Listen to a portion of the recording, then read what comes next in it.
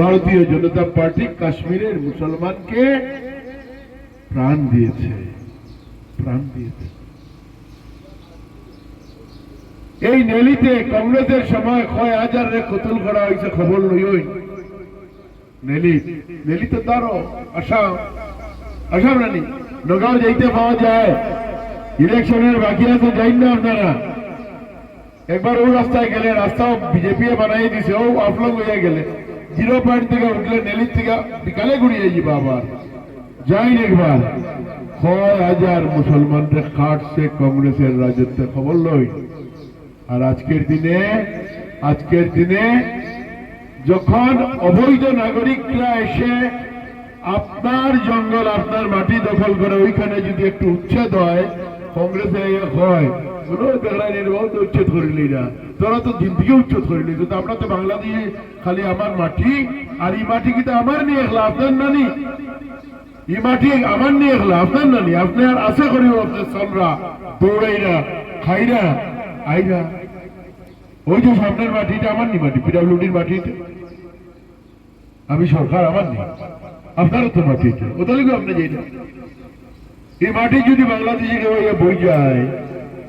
তাহলে তুলি অন্য মানুষ সরাইতে লাগবো না, কারণ আপনি চলতা তো কেন, বাংলাদেশটা আমরা দিলাইছি, আমরা বাক করিয়া 47-এ দিছি, আমরা বাক করিয়া 47-এর পরে কংগ্রেসের জমানাত ও দুনিয়ার থেকে আসে তুলিয়া ফাটাইছে উপরে নেলি, খবর লই না। ওই যে বাসান্দির মাদ্রাসা, ও তো এতিম ছেলেমেয়েরা হইতে গেছে,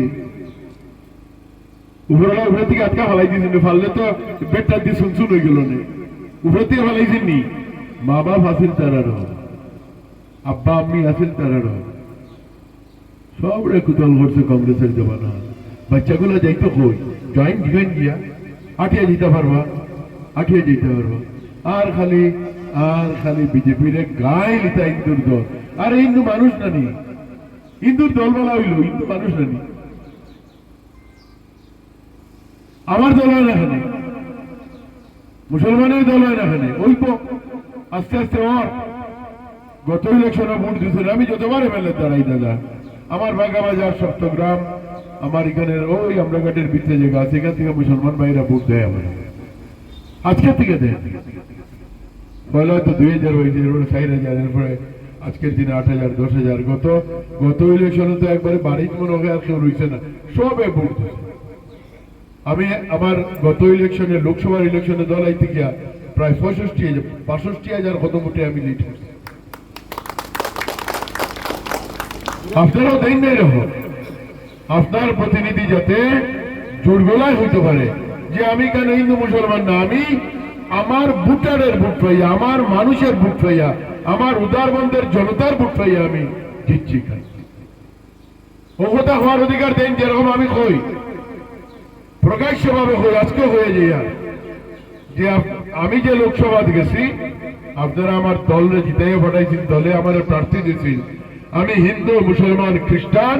সবার ভোট পেয়ে গিয়েছি, কেউ আমাকে বলতে পারবে না, আর আমি দেখিয়ে দেব। মুখে হওয়ার লেগে না, ভোট নেওয়ার লেগে বলে তাই ঘুরে ফেসাইয়া সংসদ ঘুরিয়া হইরা আইন না, আমি আমার যত ইয়ে আছে যে কিতাব হয় মানে বোধ সেন্টার হিসাবে দেখাই দেবে, সব ছেলে মেয়ে ভূত ভবিষ্যৎ আমরা তৈরি করি, আমরা বিজেপির সমর্থন করি। আর একটা কথা হয়ে গেল, বিজেপি ছাড়া এই দেশে বানাইবার কোন দল নাই, বড় সাধারণ মানুষ আমরা প্রধানমন্ত্রী, সার দোকান থেকে গিয়ে প্রধানমন্ত্রী হয়েছিল, সুখ দুঃখ মানুষের বুঝোই, যেটার লাগে আজকের দিনে দেশ তা হয়ে যায়, দেশ তা হয়ে যায়। সাধারণ ওইরকম চায়ের দোকান তার বাবার আছে, ওইখান থেকে ধীরে ধীরে তাই আজকে প্রধানমন্ত্রী এরকম না, কংগ্রেসের প্রধানমন্ত্রীর মতো প্রধানমন্ত্রী না। আগে কংগ্রেসের প্রধানমন্ত্রী যাইতো কোনটা দিয়ে জিগাইতো না, বিদেশ গেলে আর ওখানে জিগানি তো দেখলাম রেল ও ফ্লাইট রিজার্ভ করিয়া মানুষ তার কথা শুনে তানকে দেখে তার কাছে জানিয়ে যায়, শিখিয়ে যায়। বড় বড় দেশের প্রধানমন্ত্রী ফাঁক সইয়া প্রণাম করে, ও প্রধানমন্ত্রী তার হাতে মজবুত করে, আপনারা নির্বাচনে খালি আপনারা ভোট না আশেপাশে সবরে বুঝাই আনো আর আপনারা কইলাম যে বিজেপির যত মজবুত করবা তত দেখবা আপনি মজবুত হই না পরোক্ষভাবে সবে সব কথা হয়েছে আমি কিচ্ছু চাই না আপনারা হোক চাই 10 বছর আগে মোদি হওয়ার আগে অসুখ হয়েছে প্রেসক্রিপশন লিখে আনছে ডাক্তারে পয়সা নাই বাড়ি ছাগল বেচতে লাগছে হ্যাঁ দাদা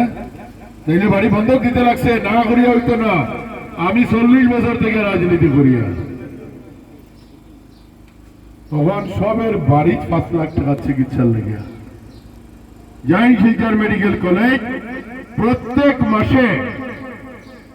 কারণ ম্যানেজিং কমিটির চেয়ারম্যান আমি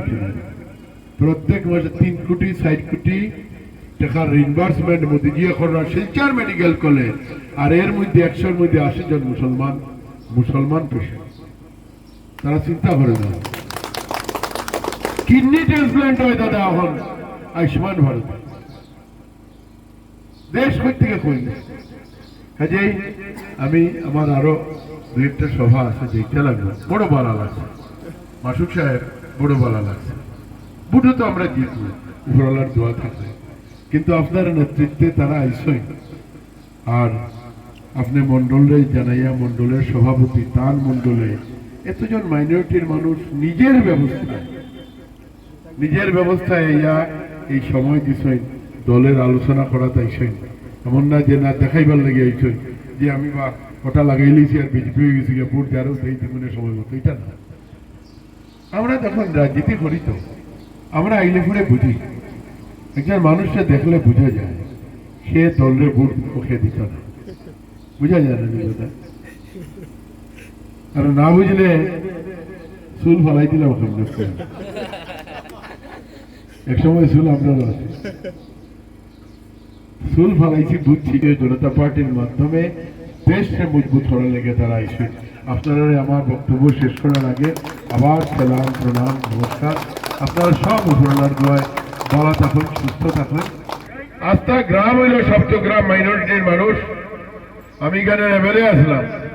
দূর থেকে দেখি আর বলে কংগ্রেস সরকারের তোর বলে রিলিফ পাঠাইছেন কিতা পাঠাইছেন রে বালা করে সাইয়া থেকে ফুটলা ফোড়ে এর পরে লগে লগে খবর আইছে 3 জন ইনজিওর্ড ফুটলা ফুড়িয়া এও সিরার ফুটলা মেডিকেল ফাটাইয়া তারপরে তারা যা করার আমরা করছি তখনও আমাদের সরকার আসেনি আমরা 16 ইংরেজিতে এসেছি আর 16 ইংরেজিতে আসার পরে বড় রাস্তার কথা অনেকে বলেছেন আমি ছোট্ট 2-একটা কথা আপনাদের আশেপাশের কথা বলি ও 0 পয়েন্ট থেকে উদারবন গেছে না নিয়ে রাস্তা কিতা আছে দেখছেন তো মনে আছে বেশি দিনের কথা না দাদা 10 বছর আগের কথা এয়ারপোর্ট থেকে মানুষ যখন আইতো তখন তো খানো আইলাম রে বাবা